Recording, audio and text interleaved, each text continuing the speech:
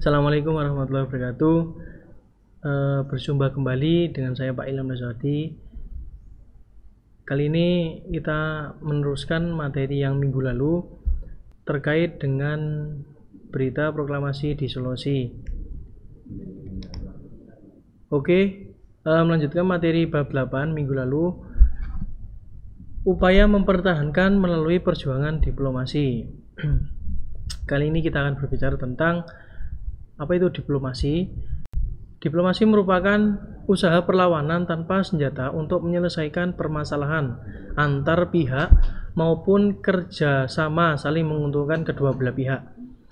Diplomasi merupakan langkah preventif untuk mencegah ancaman disintegrasi Indonesia pada waktu itu, baik dari dalam maupun dari luar. Perundingan Hoge, Value, dan rintisannya menindaklanjuti pertemuan Van Mook dengan Sultan Syahir pada tanggal 14 sampai 25 April 1946. Dilaksanakan pertemuan Indonesia-Belanda di Hoge, Value, negeri Belanda.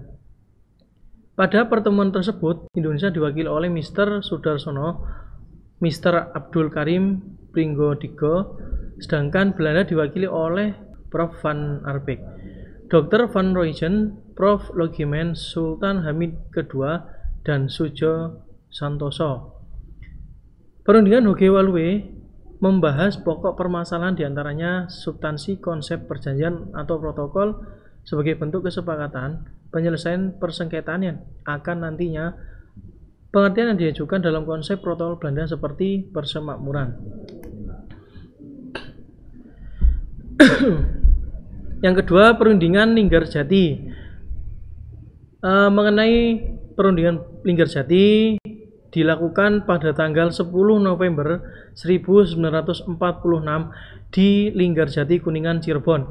Dalam perundingan Indonesia diwakili oleh Perdana Menteri Sultan Syahir, sedangkan Belanda diwakili oleh Prof. Schiermonnikoff. Perundingan tersebut dipimpin oleh Rotger, diplomat Inggris. Beberapa keputusan perundingan Linggarjati adalah Belanda mengakui secara de facto Republik Indonesia. Siapa saja? Meliputi Jawa, Madura, dan Sumatera. Next, Konferensi Malino.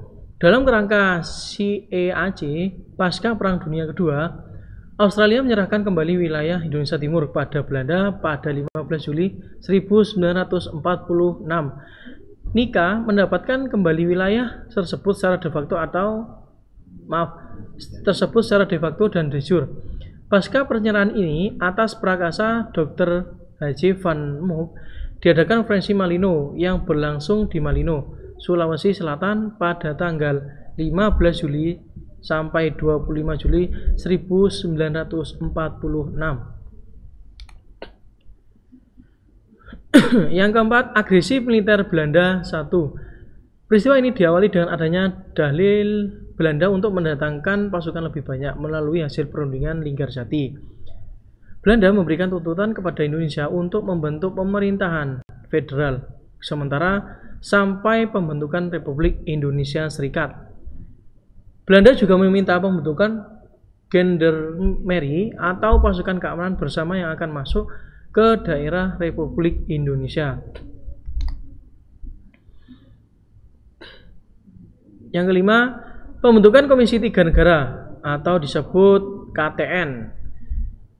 Agresi militer Belanda terhadap Indonesia mendapatkan reaksi keras dunia internasional. Aksi tersebut menyebabkan Dewan Keamanan PBB membentuk suatu bidang komisi yang kemudian disebut Komisi Tiga Negara atau KTN. Siapa saja anggota KTN?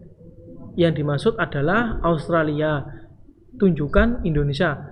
Tugas KTN sendiri menguasai dengan cara langsung penghentian tembak-menembak sesuai dengan resolusi PBB, menjadi penengah konflik Indonesia-Belanda. Jadi tugasnya KTN sendiri itu untuk menghentikan secara tembak-menembak yang menjadi dengan resolusi PBB.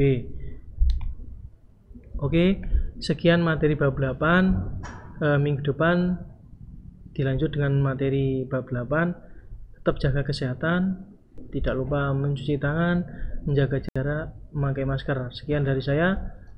Wassalamualaikum warahmatullahi wabarakatuh.